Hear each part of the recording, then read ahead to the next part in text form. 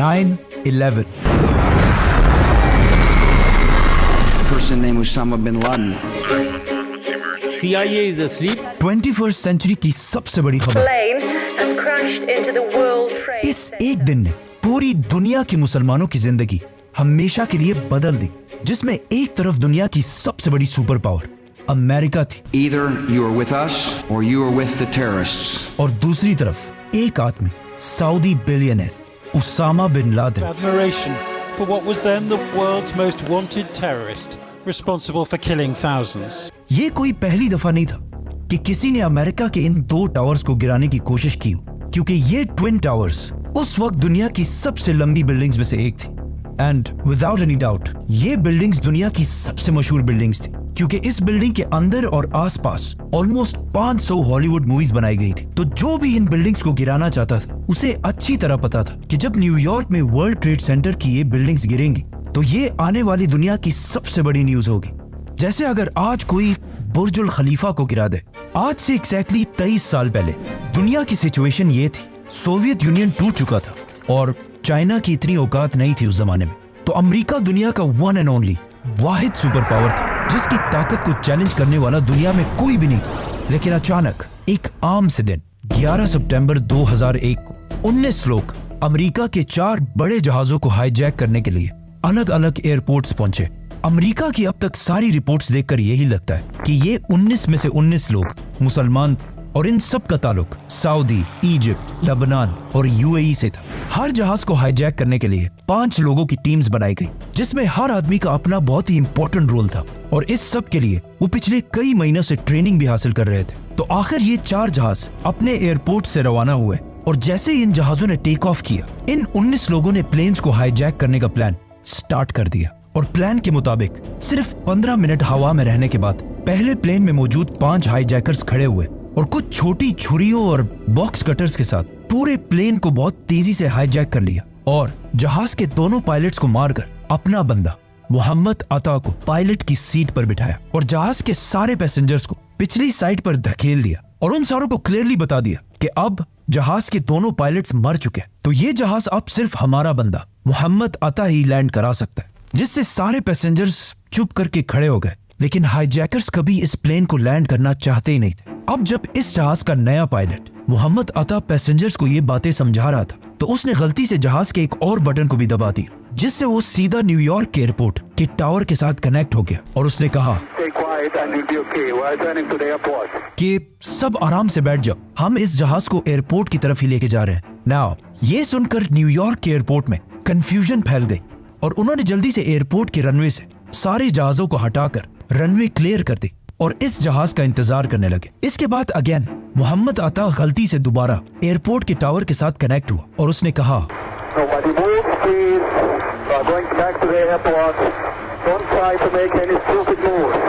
मतलब कोई इतने खतरनाक मिशन में इतना रिलैक्स कैसे हो सकता है।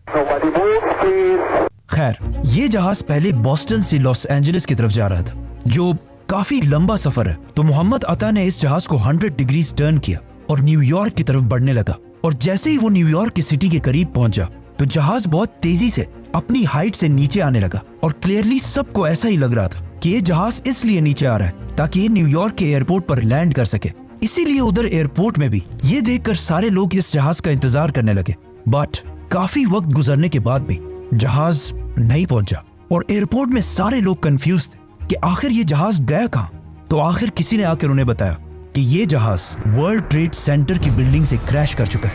अब सिर्फ एयरपोर्ट वालों को ही पता था कि असल में ये हुआ क्या है, लेकिन अमेरिकन मीडिया को इस बारे में कुछ पता नहीं था। इसीलिए हर न्यूज चैनल ने इसे एक बहुत बड़ा एक्सीडेंट कहकर ब्रॉडकास्ट करना शुरू किया। इस सब के दौरान अमेरिका का प्रेसिडेंट जॉर्ज बुश फ्लोरिडा में बच्चों के एक स्कूल में बैठा हुआ था, तो उनके सेक्रेटरी ने आके खामोशी से उन्हें इस इंसिडेंट का बताया।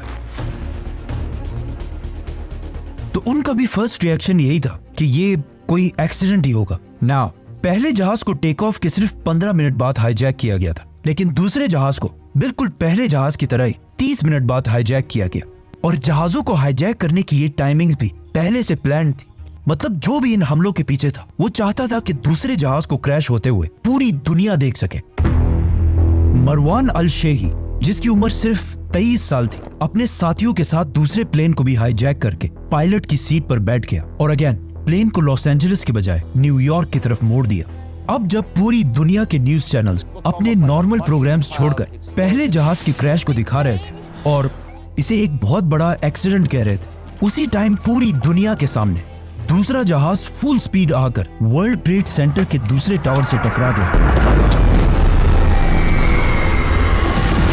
जिसे देखकर पहले तो लोग थोड़ा कंफ्यूज हुए, लेकिन फिर आहिस्ता आहिस्ता सबको समझ आ गई कि ये सब कोई एक्सीडेंट नहीं बल्कि हमला था। और अगेन अमेरिकन प्रेसिडेंट के सेक्रेटरी ने आके उनके कान में दोबारा ये बात बताई और कहा, mister president, America is under attack. इसके बाद American army full high alert हुई और मुल्क के सारे जहाजों को लैंड करने का हुक्म दिया। लेकिन अभी भी 2 जहाज ऐसे थे जिन्हें ये लोग हाईजैक कर चुके थे और किसी को पता नहीं था कि इन दोनों जहाजों का अगला टारगेट कौन सा होने वाला है। थर्ड जहाज को, जिसे एक सऊदी सिटीजन हानी हंजोर उड़ा रहा था, उसने जहाज न्यूयॉर्क की तरफ टर्न करने के बजाय उसे अमेरिका के कैपिटल वॉशिंगटन की तरफ टर्न किया और जैसे ही वो वॉशिंगटन के करीब पहुंचा, वो अपने जहाज को बहुत ही नीचे ले आया और जहाज की स्पीड फुल बढ़ा दी और ये जहाज बहुत तेजी से दुनिया की सबसे इंपॉर्टेंट बिल्डिंग्स में से एक पेंटागन की तरफ बढ़ रहा था और दुनिया की नंबर 1 इंटेलिजेंस एजेंसी CIA का हेडक्वार्टर। इस जहाज के पेंटागन पर क्रैश होने के बाद पूरी दुनिया वर्ल्ड ट्रेड सेंटर को छोड़कर पेंटागन की क्लिप्स दिखाने लगा, लेकिन अभी भी एक जहाज मिसिंग था। जब US आर्मी ने इस जहाज की डायरेक्शन चेक की तो उन्होंने देखा कि ये जहाज भी वॉशिंगटन की तरफ ही बढ़ रहा है और हो सकता है ये अमेरिका की पार्लियामेंट कैपिटल को टारगेट करे। तो मजबूरन इस जहाज को गिराने के लिए अमेरिका के वाइस प्रेसिडेंट के ऑर्डर्स पर 2 फाइटर जेट्स फुल स्पीड रवाना किए गए और इन जेट्स को ये ऑर्डर दिया गया था कि इस जहाज को हर हाल में गिराना लाजमी है, चाहे सारे पैसेंजर्स मर भी जाएं। 3 जहाज तो बिल्कुल प्लान के मुताबिक अपने टारगेट्स तक पहुंच चुके थे, लेकिन चौथा जहाज, जिसे ज़ैद जर्राह चला रहा था, अपने टारगेट कैपिटल तक कभी पहुंच ही नहीं सका, क्योंकि जब ये जहाज हाईजैक किया गया था तब तक वर्ल्ड ट्रेड सेंटर पर हमला हो चुका था। ज़ैद जर्राह ने दोबारा सारे पैसेंजर्स को उसी तरह बता दिया कि सब आराम से बैठ जाओ, हम एयरपोर्ट की तरफ ही जा रहे हैं। लेकिन जब पैसेंजर्स में से एक ने जहाज के फोन से अपनी बीवी से राब्ता किया तो उसकी बीवी ने उसे बताया कि ये हाईजैकर्स झूठ बोल रहे हैं और ये एयरपोर्ट नहीं जा रहे, बल्कि ये एक सुसाइड मिशन है। इस बंदे ने जाके बाकी पैसेंजर्स को भी समझाया कि देखो, मरना तो वैसे भी है, लेकिन इससे पहले कि ये हाईजैकर्स इस प्लेन को किसी बिल्डिंग पर क्रैश करें, हम सब खुद ही इस जहाज को गिरा देते हैं। जिस पर इन सारे पैसेंजर्स ने मिलकर हाईजैकर्स पर हमला कर दिया, जिसे देखकर ज़ैद जर्राह ने प्लेन को ऊपर नीचे और साइड टू साइड हिलाना शुरू किया। लेकिन बहुत कोशिश करने के बाद भी पैसेंजर्स आखिर जहाज के कॉकपिट के दरवाजे तक पहुंच गए और वो जैसे ही जहाज के दरवाजे को तोड़ने वाले थे तो इस जहाज के पायलट ज़ैद जर्राह ने जहाज की स्पीड फुल बढ़ा दी और इसका मुंह जमीन की तरफ किया और इस तरह ये चौथा और आखिरी जहाज तबाह हो गया। अब पूरी दुनिया के न्यूज चैनल्स अगेन चौथे जहाज को दिखाने लगे तो अचानक सिर्फ 1 घंटे बाद न्यूयॉर्क के वर्ल्ड ट्रेड सेंटर का साउथ टावर कोलैप्स कर गया।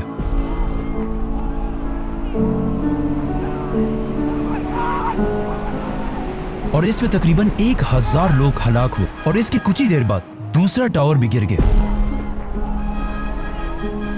और उसमें भी 1600 लोग हलाक हुए। ओवरऑल 9/11 के इन 4 हमलों में 3000 लोग मारे गए, जिनमें से 200 लोग तो सिर्फ ऐसे थे जिन्होंने इन बिल्डिंग में लगी आग की वजह से वर्ल्ड ट्रेड सेंटर के टॉप फ्लोर से छलांग लगाकर मरे थे। लेकिन इन हमलों के कुछ ही दिन बाद मोहम्मद अता, जो इस सारे प्लान का लीडर था, उसके वालिद का एक इंटरव्यू सामने आया जिसमें उसने ये सब मानने से इनकार कर दिया और सारा मलबा इजराइल की इंटेलिजेंस एजेंसी मोसाद पर डाल दिया और कहा कि इस्लाम में ऐसे किसी अटैक की इजाजत है ही नहीं। और इस तरह तीसरे और चौथे जहाज के पायलट्स के माँ बाप ने भी अमेरिका के रिपोर्ट्स मानने से इनकार कर दिया। और अगर इन अटैकर्स की फैमिलीज को देखा जाए तो ये कोई आम गरीब लोग नहीं थे, बल्कि ये सारे अटैकर्स बहुत ही वेल ऑफ रिच फैमिलीज से थे। 9/11 का ये हमला इतना बड़ा था कि इस हमले के 100 दिन बाद तक न्यूयॉर्क में हर तरफ धूल फैली हुई थी और इन तबाह हुई बिल्डिंग्स के मलबे को साफ करने के लिए भी ऑलमोस्ट $1 बिलियन लगे थे। लेकिन फिर भी वर्ल्ड ट्रेड सेंटर के गिरने से अमेरिका को इतना नुकसान नहीं हुआ। असल नुकसान इन बिल्डिंग से थोड़ी सी दूरी पर एक दूसरी बिल्डिंग में हुआ जिसे लोग हमेशा भूल जाते हैं, और वो बिल्डिंग थी New York stock exchange. Global markets got absolutely hammered as these events. इन हमलों के बाद अमेरिका की मार्केट्स में पैनिक फैल गया और अमेरिका की स्टॉक एक्सचेंज क्रैश करने लगी और ऑलमोस्ट सारे कंट्रीज के स्टॉक्स गिरने लगे, जिसमें सबसे बड़ा नुकसान उठाया वॉरेन बफे की कंपनी बर्कशायर हैथवे ने। और कहा जाता है कि इन हमलों से अमेरिका को 1.4 ट्रिलियन डॉलर्स का नुकसान हुआ और अमेरिका की जीडीपी जो इससे पहले 4 और 5% पर ग्रो कर रही थी, 2001 के हमलों के बाद 1% से भी नीचे आ गई। लेकिन अब जब स्टॉक एक्सचेंज में सारी कंपनीज के स्टॉक्स नीचे जा रहे थे, तो कुछ कंपनीज दरमियान में ऐसे भी थी जिन्होंने इन हमलों से नुकसान की बजाय बहुत ज्यादा प्रॉफिट किया और इन कंपनीज के शेयर्स ऊपर जाने लगे। और ये कंपनीज थी वॉर कंपनीज, गन्स बनाने वाली कंपनीज, फाइटर जेट्स और टैंक्स बनाने वाली कंपनीज। अमेरिका के ऑलमोस्ट सारे इन्वेस्टर्स अपने पैसे इन कंपनीज में इन्वेस्ट करने लगे। और ये लोग ऐसा क्यों कर रहे थे?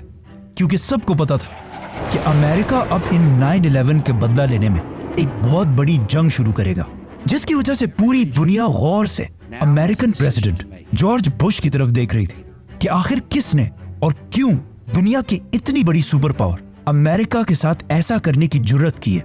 और पूरा अमेरिका गुस्से से भरा हुआ था। इन हमलों के कुछ ही दिन बाद जॉर्ज बुश आखिर पूरी दुनिया के सामने आए और सबको बताया कि इन हमलों के पीछे कोई मुल्क या गवर्नमेंट नहीं थी, बल्कि ये एक टेररिस्ट अटैक था। और इन अटैक्स के पीछे सिर्फ एक ही ऑर्गेनाइजेशन थी, अल कायदा। A person named Osama bin Laden are linked to many other organizations in different countries. और उसका leader Osama bin Laden, United States. Al-Qaeda released the video after its rival. जो इस सबसे बहुत दूर आराम से अफगानिस्तान में बैठा हुआ था।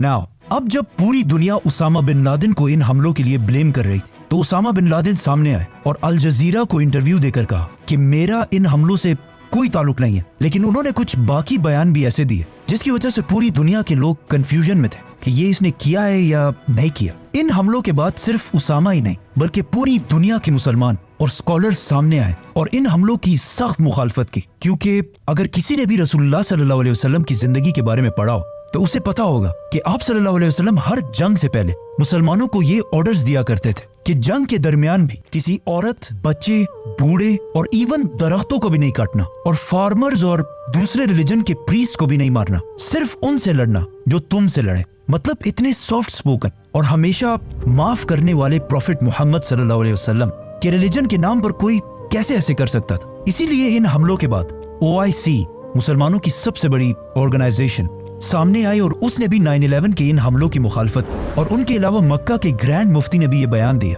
कि ये हमले इस्लाम के खिलाफ हैं। और इवन अमेरिका के दुश्मन समझे जाने वाले आयतुल्लाह खामनाई ने भी ये बयान दिया कि इन हमलों का इस्लाम से कोई ताल्लुक नहीं है। लेकिन इस सब के बाद भी इस्लाम की इमेज वेस्टर्न कंट्रीज में बहुत ही खराब होने लगी और इस्लामोफोबिया बढ़ने लगा। फॉर एग्जाम्पल, लोग रोड पर हिजाब पहनने वाली औरतों को मारने लगे और वेस्टर्न कंट्रीज में बहुत सारे मुसलमानों को जॉब से निकाला गया और कुछ मुसलमानों को तो जान से भी मारा गया। और टीवीज पर पहली दफा ये डिबेट स्टार्ट हुई कि क्या इस्लाम एक पीसफुल रिलीजन है भी या नहीं। Islam is not a religion of peace.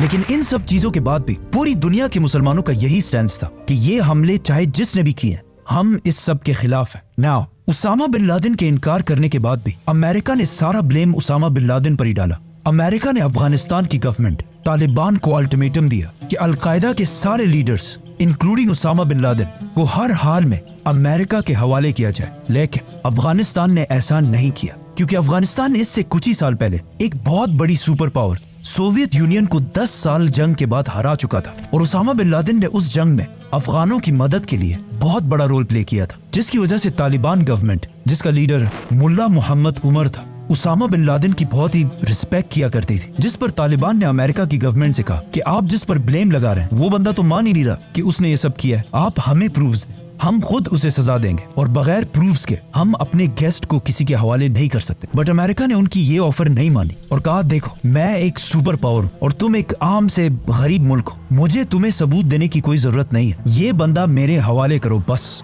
वरना हम अफगानिस्तान पर हमला करके तालिबान को खत्म कर देंगे। क्योंकि अमेरिका के जनरल्स ने इससे पहले ही अपनी रिसर्च कर ली थी कि तालिबान हमारे सामने सिर्फ कुछ ही हफ्तों के लिए खड़े हो सकते हैं, उसके बाद हम इन्हें खत्म कर देंगे। लेकिन तालिबान बीइंग पठान, उन्होंने ऑफ कोर्स उनकी बात नहीं मानी, तो अमेरिका ने भी अफगानिस्तान पर हमले की प्लानिंग शुरू कर दी। इस जंग को रोकने के लिए तालिबान ने एक और आखिरी कोशिश भी की और अमेरिका से कहा कि हम उसामा बिन लादेन को एक थर्ड कंट्री के हवाले करते हैं जो ना आपकी सुनता हो ना हमारी, और वो इंडिपेंडेंटली फैसला करे। बट अमेरिका अपने ताकत के फुल नशे में था और उसने अफगानिस्तान की ये ऑफर भी नहीं मानी और 9/11 के सिर्फ एक महीने बाद अफगानिस्तान पर हमला कर दिया। जॉर्ज बुश ने इस जंग को एक क्रूसेड कहा और इसका नाम रखा वॉर ऑन टेरर।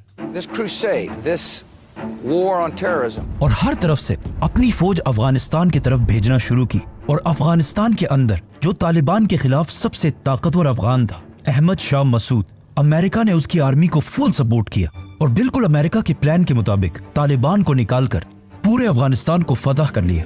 लेकिन ये सब करने के दरमियान अमेरिका के रास्ते में एक बहुत बड़ा हर्डल था, मीडिया और स्पेशली अल जजीरा, क्योंकि पूरी दुनिया का मीडिया अब तक सिर्फ अमेरिका की साइड ही दिखा रहा था, लेकिन अल जजीरा वाहिद चैनल था जो दोनों साइड्स को दिखा रहा था, अमेरिकन साइड और अफगान साइड। अल जजीरा ने अपने टीवी पर ऐसे वाकयात भी दिखाए जिसमें अमेरिकन जेट सिर्फ तालिबान को नहीं बल्कि सिविलियंस को भी टारगेट कर रहे थे, जिसे अब तक बाकी सारे चैनल्स BBC, CNN वगैरह नहीं दिखा रहे थे। तो इस पर अमेरिका की फौज को बहुत गुस्सा आया और उन्होंने अफगानिस्तान पर हमले के सिर्फ 4 हफ्ते बाद काबुल में अल जजीरा के हेडक्वार्टर को अपने एक जहाज से उड़ा दिया ताकि अल जजीरा वहां रिपोर्टिंग ना कर सके, और इवन इनके एक कैमरामैन को दुनिया के सबसे खतरनाक प्रिजन ग्वांतनामो बे भेजा ताकि इन सब चीजों से अल जजीरा का मुंह बंद हो सके। अमेरिकन जनरल्स की प्लानिंग बिल्कुल सही थी क्योंकि 9/11 के सिर्फ 3 महीने बाद तालिबान की गवर्नमेंट अफगानिस्तान में खत्म हो गई, जिसके बाद अफगानिस्तान का कोई भी लीडर नहीं था। इसीलिए अमेरिका ने अफगानिस्तान के एक नए लीडर की तलाश शुरू कर दी और जर्मनी की सिटी बॉन में एक बहुत बड़ी कॉन्फ्रेंस कराई जिसमें उन्होंने कुछ अफगान लीडर्स को भी बुलाया और इन सब को बिठाकर जर्मनी से अफगानिस्तान के लिए एक नया लीडर चूज किया, हामिद करजई, जो बिल्कुल तालिबान के ऑपोजिट था। Unfortunately, that didn't happen.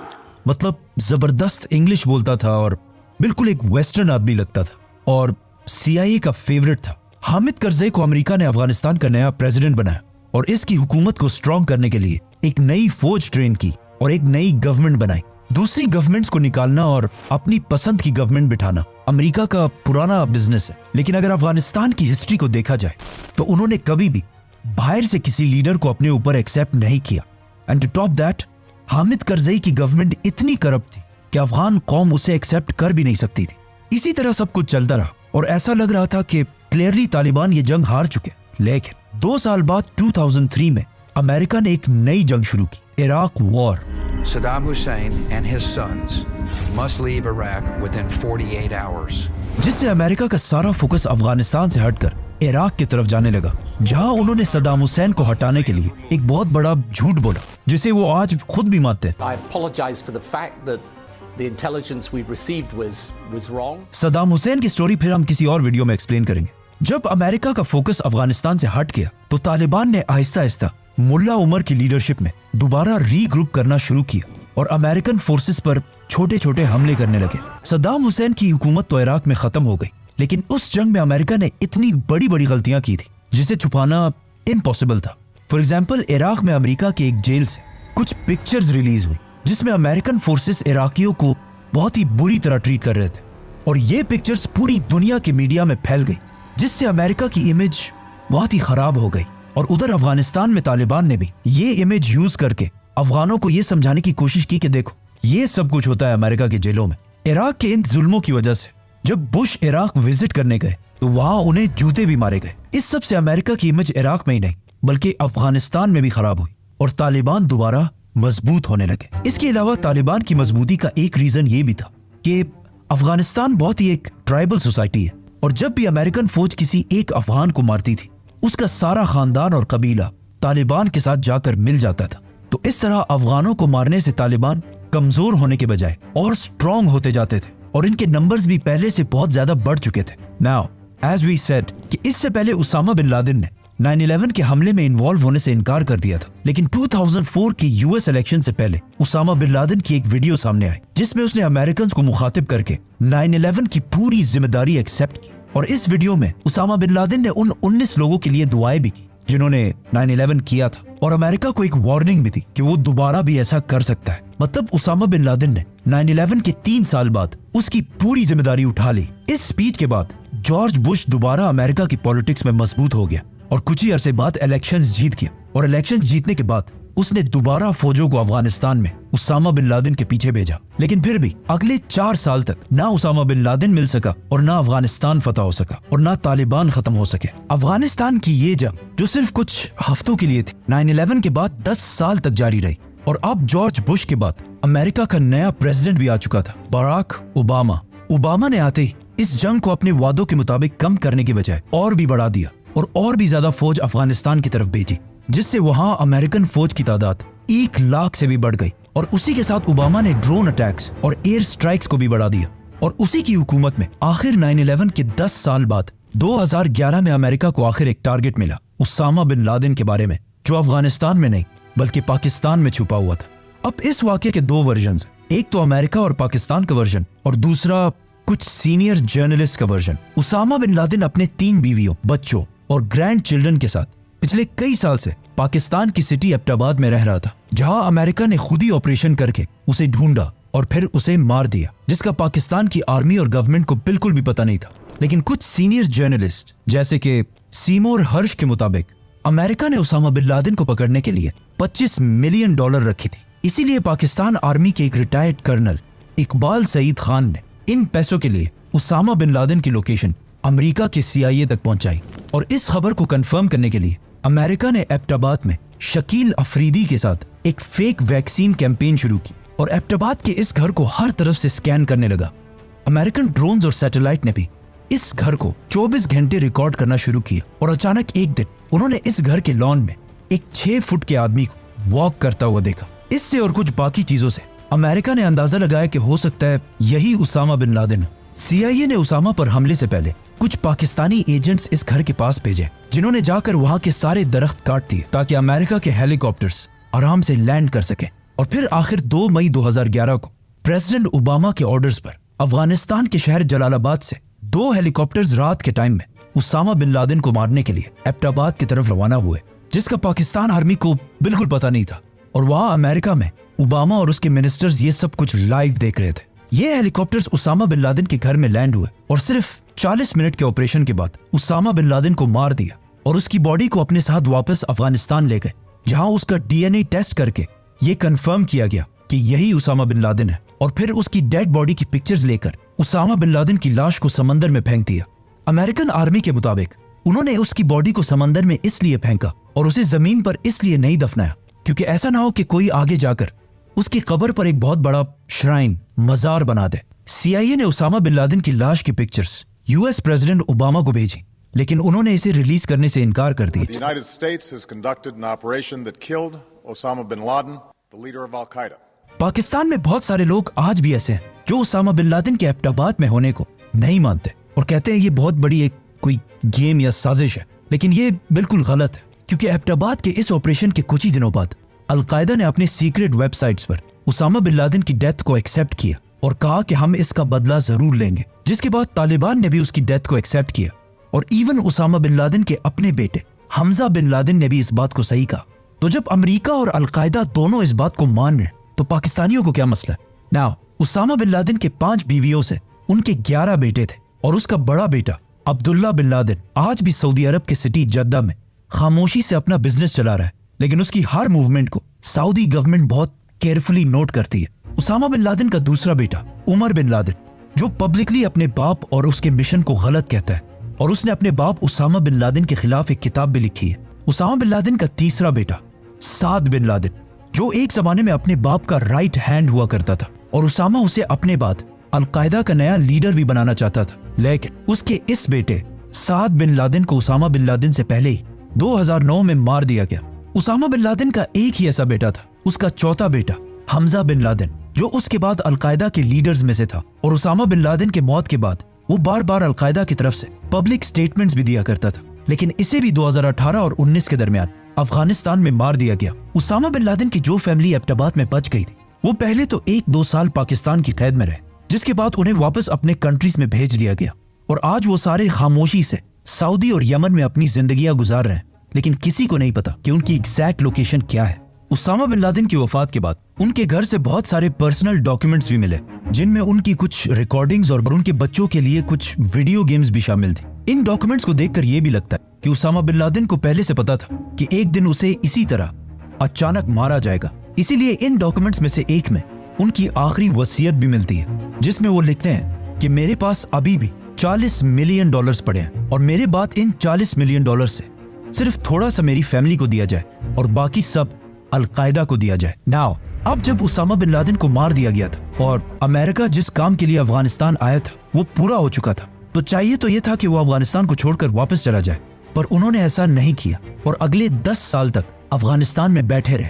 क्योंकि उसामा बिन लादेन तो अब कोई मसला नहीं था, लेकिन अब दुनिया बिल्कुल चेंज हो चुकी थी और अफगानिस्तान के बहुत ही क्लोज एक नया सुपर पावर चाइना बनने वाला था और चाइना को कंट्रोल में रखने के लिए अमेरिका की प्रेजेंस इस इलाके में लाजमी थी। इसके अलावा उसामा बिन लादेन की मौत से कुछ ही अरसा पहले अमेरिका के एक इंस्टीट्यूट ने अफगानिस्तान में रिसर्च की और उन्हें पता चला कि अफगानिस्तान के जमीन के नीचे जो मिनरल्स पाए जाते हैं वो दुनिया के सबसे कीमती और रेयर मिनरल्स में से एक है, जिनमें से सबसे इंपॉर्टेंट मिनरल है लिथियम, जिससे दुनिया की ऑलमोस्ट सारी बैटरीज बनती हैं। अब अगर अमेरिका अफगानिस्तान को छोड़कर चला जाता तो चाइना बहुत ही आसानी से इन मिनरल्स तक पहुंच सकता था। इसीलिए अगले 10 साल तक अफगानिस्तान में अमेरिका बैठा रहा, लेकिन फिर भी अमेरिका की इतनी बड़ी ताकत और इतनी बड़ी फौज के बावजूद अफगानिस्तान में तालिबान की प्रेजेंस बढ़ती गई और आखिर मजबूरन 20 साल की जंग के बाद अमेरिका के नए प्रेसिडेंट डोनाल्ड ट्रंप ने तालिबान गवर्नमेंट के साथ डील कर ली और अफगानिस्तान से आहिस्ता आहिस्ता अपनी फौज निकालने लगा। और 20 साल ट्रेनिंग देने के बाद भी अफगानिस्तान की फौज कुछ दिनों के लिए भी तालिबान के सामने खड़ी ना हो सकी और अमेरिका के जाने के कुछ ही दिनों बाद तालिबान बगैर किसी लड़ाई के 20 साल बाद दोबारा अपने कैपिटल काबुल में दाखिल हुए। अफगानिस्तान की इस जंग को अमेरिका की सबसे बड़ी नाकामी समझा जाता है, क्योंकि 20 साल लड़ाई के बाद भी अमेरिका ने तालिबान को कमजोर करने के बजाय और स्ट्रॉन्ग बना दिया और इस जंग के बाद अफगानिस्तान को उसका टाइटल दोबारा मिल गया as the graveyard of empires. 9/11 में 3000 अमेरिकन मारे जाने के बाद जो पूरी दुनिया में वॉर ऑन टेरर शुरू हुई, उसमें अब तक 4.6 मिलियन लोग 46 लाख लोग हलाक हो चुके हैं। 4 करोड़ लोग अपने घरों से डिस्प्लेस होकर रेफ्यूजीज बने हैं, जिसमें मैं पर्सनली भी अपनी फैमिली और पूरे सिटी के साथ 2009 में रेफ्यूजी रहा हूँ। हालांकि मेरा 9/11 से कोई ताल्लुक नहीं था और अगर इस वॉर ऑन टेरर की कॉस्ट को देखा जाए तो सिर्फ डायरेक्टली $2 ट्रिलियन खर्च हुए और ब्राउन यूनिवर्सिटी के एस्टिमेट्स के मुताबिक वॉर ऑन टेरर पर अमेरिका के $8 ट्रिलियन जाया हुए हैं। इस वॉर ऑन टेरर से अमेरिका की आवाम को भी नुकसान हुआ है और अफगानिस्तान की आवाम को भी, और फायदा सिर्फ और सिर्फ वेपन्स बनाने वाली कंपनीज को हुआ है। फॉर एग्जाम्पल लॉकहीड कंपनी के सीईओ को, जो इस जंग से पहले हर साल $3 मिलियन कमाया करता था, लेकिन इस जंग के दौरान उसकी इनकम $3 मिलियन से $30 मिलियन तक चली गई थी। मतलब कुछ ही सालों में 10 टाइम्स इनकम बढ़ गई थी। और आज भी This crusade, this war on terrorism जारी है।